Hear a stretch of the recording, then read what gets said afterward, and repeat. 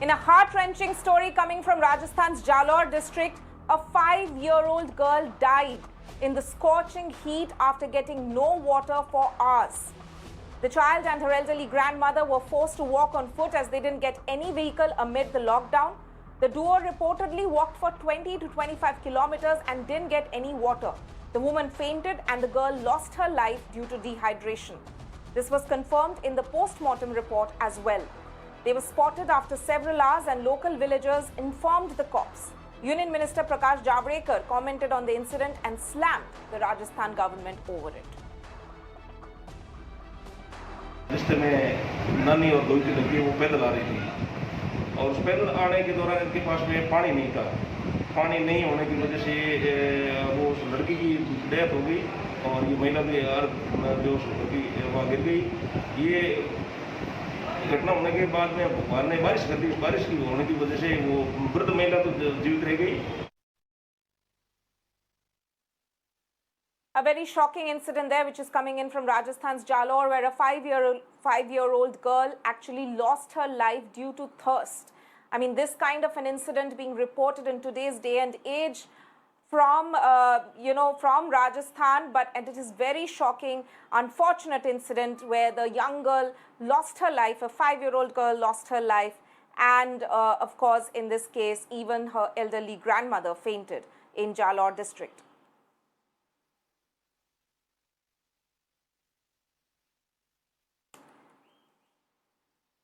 I'm joined by Mr. Ramlal Sharma of the BJP, who is joining us on the phone line on this. Sharma ji, शुक्रिया हमसे बात करने के लिए। But पहली बात जो आपसे हम पूछना चाहते हैं कि इस तरह का एक इंसिडेंट हुआ है राजस्थान में। अभी तो हम जैसे देख सकते हैं इस बारे में पूरा इंक्वायरी भी होगा, बट अभी पोस्टमार्टम रिपोर्ट में ये निकला है कि बच्ची शायद डिहाइड्रेशन से उसकी जान गई। वो 20 से 25 किलोमीटर दोनों चल रहे थे। तो इस पूरे मामले में भी जांच अभी भी बाकी है, बट पोस्टमार्टम रिपोर्ट के अगर बेसिस पे हम जाए तो बहुत ही एक शॉकिंग इंसिडेंट है। देखिए, घटना बहुत दुखद है और इस घटना के ऊपर यदि हम वास्तविकता देखें तो उस बच्ची के भाग्य में क्या लिखा हुआ था। पहले माँ छोड़ के चलेगी, वो नानी के पास अपना जीवन यापन कर रही थी। सिर्फ 4-5 किलोमीटर की दूरी कम करने के लिए वो सीधा जंगल का रास्ता उन्होंने चुना और जंगल के रास्ते में भी एक चरवाहे को पानी पीने के लिए उन्होंने कहा। चरवाहे ने मना कर दिया कि मैं आपको पानी नहीं पिलाऊंगा। मेरे ख्याल से ये इंसानियत समाप्त होती हुई हम सबको दिख रही है। आखिरकार डिहाइड्रेशन की वजह से उस बच्चे की डेथ हुई।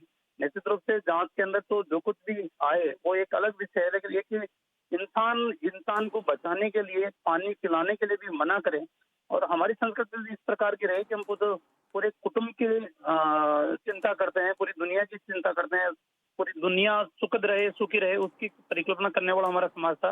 लेकिन घटना बहुत दर्द भरी है और मैं चाहूंगा कि राजस्थान सरकार इसको गंभीरता से लेकर, और उसकी नानी की भी तबीयत जिस तरीके से बता रहे हैं कि बहुत ज्यादा खराब है, तो मुझे लगता है कि एक रिलीफ की बहुत नीडफुली आवश्यकता है और सरकार उसकी सहायता करे। किस तरह का सहायता होना चाहिए सर? जैसे हम देख सकते हैं अभी कोविड के रिस्ट्रिक्शंस हैं, लॉकडाउन है वहाँ पे, जिसलिए वहाँ पे व्हीकल, कोई गाड़ी या कोई बस इन दोनों को नहीं मिला, इसीलिए वो चल पड़े अपने घर के तरफ। तो किस तरह की सहायता इसमें होनी चाहिए, आप अगर बता सके? क्योंकि ये इस बार पूरे मुद्दे को हम पॉलिटिकली नहीं देखना चाहते, हम देखना चाहते हैं कि ग्राउंड में जो ऐसे लोग हैं जिनको एक्चुअली मदद की जरूरत है, सहायता की जरूरत है, साधन की जरूरत है, तो उनको किस तरह का मदद सरकार एक्चुअली दे सकती है? सोल्यूशन बताइए। को खो दिया, जो परिवार का चलाने वाला मुखिया था, जिसके ऊपर अन्य परिवार के सदस्य निर्भर थे, वो बहुत से परिवार के मुखिया ऐसे हैं कि जो इस काल के ग्रास के अंदर चले गए। तो सरकार उनको चिन्हित करे और उनको चिन्हित करने के बाद में उनके जो संतान है, उन संतानों का जीवन सुरक्षित रहे, भविष्य सुरक्षित रहे और उसके लिए एक रूपरेखा बनाए, तब जाके हम उसको रिलीफ दे पाएंगे। और इस प्रकार की जो घटना हुई है, वास्तव में बिल्कुल साधन नहीं होने की वजह से इतनी लंबी दूरी तय करने का उन्होंने सोचा। और जिस तरीके से उन्होंने कहा कि अगर हम बाई रोड जाएंगे तो बाई रोड 22-23 किलोमीटर का रास्ता है और सीधा जाएंगे जंगल के रास्ते होके तो 14-15 किलोमीटर के अंदर हम वो दूरी तय कर लेंगे। तो उन्होंने शॉर्टकट अब चुना, लेकिन शॉर्टकट चुनने के बाद में 42 डिग्री टेम्परेचर के अंदर पानी नहीं मिलना और डिहाइड्रेशन की वजह से डेथ होना, मुझे लगता है कि हम सब के लिए एक शर्मनाक घटना है और इस प्रकार की घटनाओं की पुनरावृत्ति नहीं हो उसके लिए माकूल व्यवस्थाएं हम जो प्रशासनिक स्तर के ऊपर कर सकते हैं उनको करनी चाहिए। जी रामलाल शर्मा जी, शुक्रिया हमसे बात करने के लिए इस मुद्दे पर।